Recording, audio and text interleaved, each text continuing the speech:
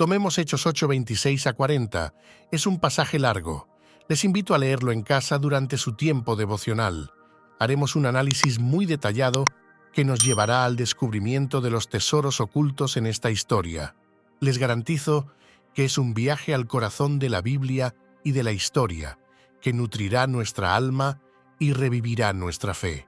Descubrirán que nada en la Biblia está escrito por casualidad. Un lugar, un nombre, una frase, tiene un significado mucho mayor de lo que piensan. El Señor nos espera en cada versículo, listo para hablarnos y responder nuestras preguntas.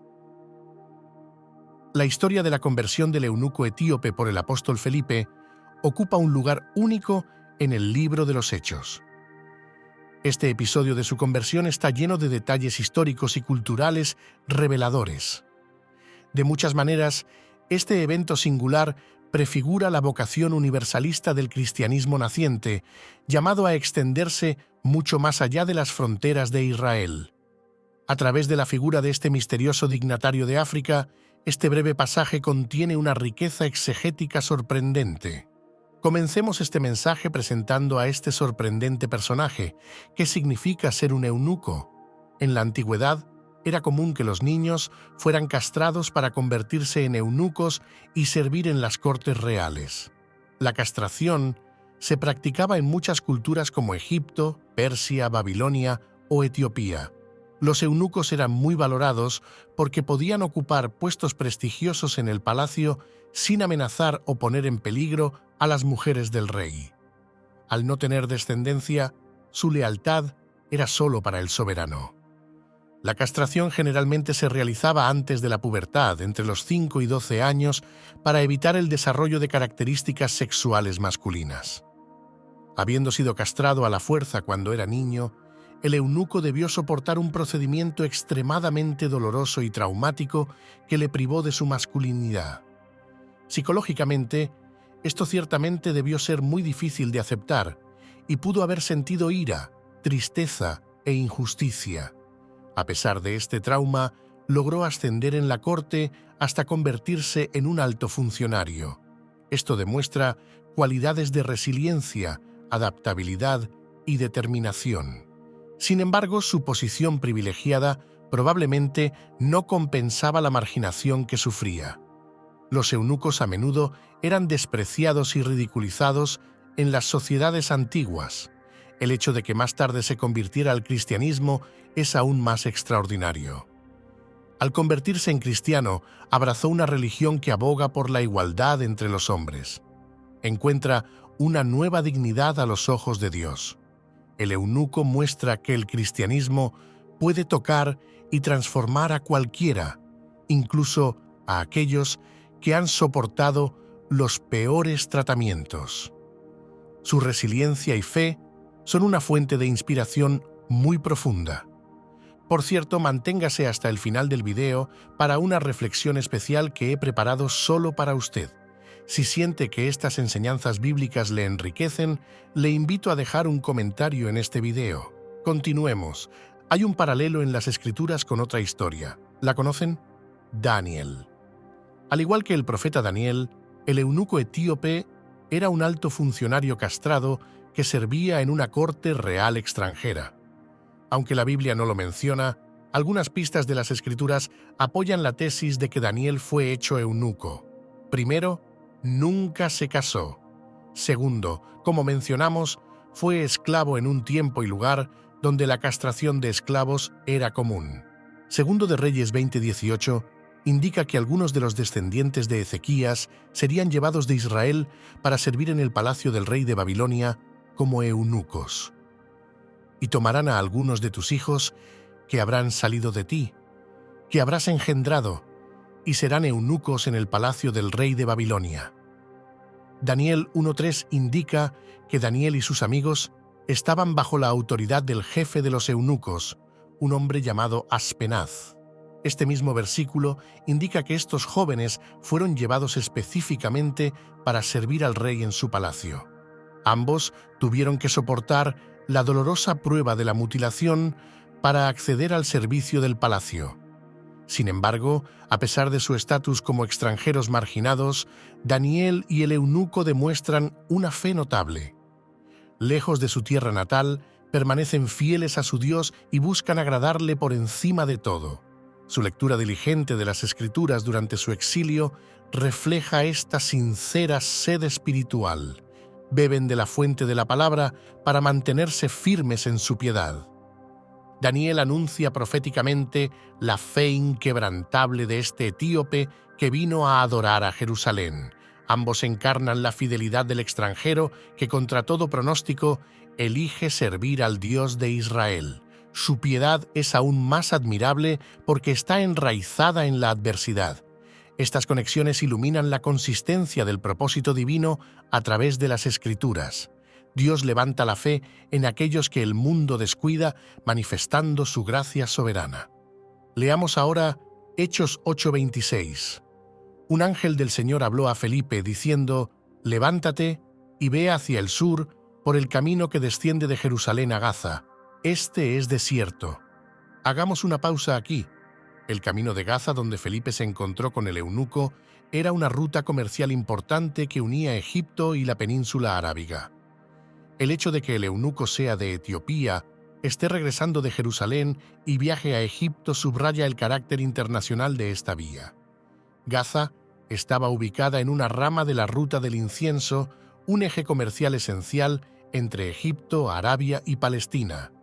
Muchas caravanas la utilizaban. La precisión geográfica de la historia es significativa. Sitúa este episodio en el contexto de los intensos intercambios comerciales y culturales entre África, el Medio Oriente y Asia. La conversión de este etíope tiene lugar en una ruta internacional de caravanas, simbolizando la irradiación universalista del Evangelio. El cristianismo naciente está desde el principio conectado al mundo gracias a este eunuco viajero. El camino de Gaza le da una dimensión cosmopolita a este pasaje de Hechos. Felipe predica un evangelio destinado a circular mucho más allá de las fronteras de Israel. Uno podría preguntarse, ¿qué estaba haciendo en Jerusalén? Cuando lo descubrimos en este pasaje, está leyendo el libro del profeta Isaías, lo que revela su interés en las Sagradas Escrituras. Leer el libro sagrado era recomendado para los judíos piadosos. Está tratando de entender el significado de las profecías sobre el Mesías en Isaías 53, prueba de su espiritualidad. Siendo un eunuco, la ley judía le prohibía entrar al templo. El que esté castrado por aplastamiento o mutilación no entrará en la asamblea del Señor. Deuteronomio 23:1. Por lo tanto, estaba marginado religiosamente, pero esto no le impidió hacer una peregrinación. Jesús mismo había criticado la exclusión de los eunucos del templo y abogó por su inclusión entre el pueblo de Dios, diciendo que podían recibir la palabra de Dios. Mateo 19:12. Así, a pesar de los prejuicios religiosos contra los eunucos, éste persevera en la piedad judía. A través de sus acciones descritas en el texto, el eunuco de Candas aparece como un hombre profundamente piadoso y espiritual que busca a Dios. Versículo 27. Entonces él se levantó y fue, y he aquí un hombre de Etiopía, eunuco de gran autoridad bajo Candas, reina de los etíopes, que estaba a cargo de todo su tesoro y había venido a Jerusalén para adorar. El texto simplemente lo describe como un etíope. En ese momento, Etiopía designaba el reino de Nubia, en el actual Sudán sur de Egipto. Tenía una fuerte presencia judía debido a pasadas oleadas de inmigrantes y exiliados judíos. El eunuco pudo haber sido un prosélito judío o temeroso de Dios. Este reino tenía contactos cercanos con el Egipto faraónico, adoptando parcialmente su cultura y religión. Los judíos se establecieron allí muy temprano, como se informa en el libro de Sofonías 3:10. De más allá de los ríos de Etiopía, mis adoradores, la hija de mis dispersos, traerán mi ofrenda. Más tarde, en el segundo siglo antes de Cristo, el reino de Nubia repelió una invasión egipcia. Algunos judíos entonces eligieron establecerse en Nubia, considerándola un refugio. Esto es reportado por Flavio Josefo en sus Antigüedades Judías, libro 13. Otras oleadas judías llegaron a Nubia después de la destrucción del Templo de Jerusalén por los romanos en el año 70 después de Cristo. Esto fortaleció a la comunidad judía presente durante siglos. El eunuco probablemente formaba parte de estos judíos de la diáspora, lo que explica su peregrinación a Jerusalén y su lectura de Isaías. Su conversión indica que el cristianismo también atrae a los judíos fuera de Israel. La presencia del eunuco en Jerusalén y su lectura del profeta Isaías sugieren que era sensible a la espiritualidad judía.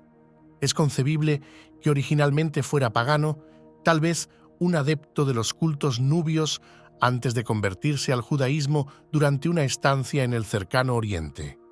Si se había convertido en prosélito, esto explicaría su apego a las escrituras judías como el libro de Isaías. Su fe reciente alimentaba su celo religioso. Incluso antes de su conversión cristiana, el eunuco encarnaba el carácter universalista de la revelación bíblica que trasciende las fronteras étnicas. Su viaje espiritual personal lo preparó para encontrarse con Felipe. Es descrito como un ministro de Candace, reina de los etíopes, versículo 27, y estaba a cargo de todo su tesoro, versículo 27. Para el historiador Heródoto, el tesorero es el más considerable y el más fiel de los eunucos reales. Tales menciones corroboran el estatus privilegiado del eunuco. Esta posición de superintendente del Tesoro Real era una de las posiciones administrativas más prestigiosas en la corte, como lo confirman autores antiguos. Este detalle, históricamente atestiguado, revela que el cristianismo también tocó a las élites, no solo a las masas. El eunuco allana el camino para la conversión de los poderosos, un ministro de Candace, reina de los etíopes. Candace no era un nombre propio, sino un título llevado por las madres reinas que ejercían autoridad sobre el reino de Nubia. Varias reinas se sucedieron bajo este nombre. El eunuco ocupaba una posición de gran confianza con ella, siendo descrito como el encargado de todo su tesoro o ministro.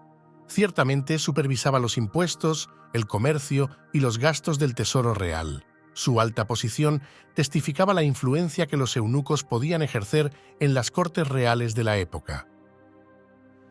Si estas reflexiones y enseñanzas bíblicas han sido una fuente de luz y guía en sus momentos de duda, le invito a dejar un comentario en este video para compartir los pensamientos o emociones que estas palabras hayan despertado en usted. Haga clic en la campanita para no perderse nuevos vídeos. Sus comentarios son el alma de nuestra comunidad, iluminando el camino para todos nosotros.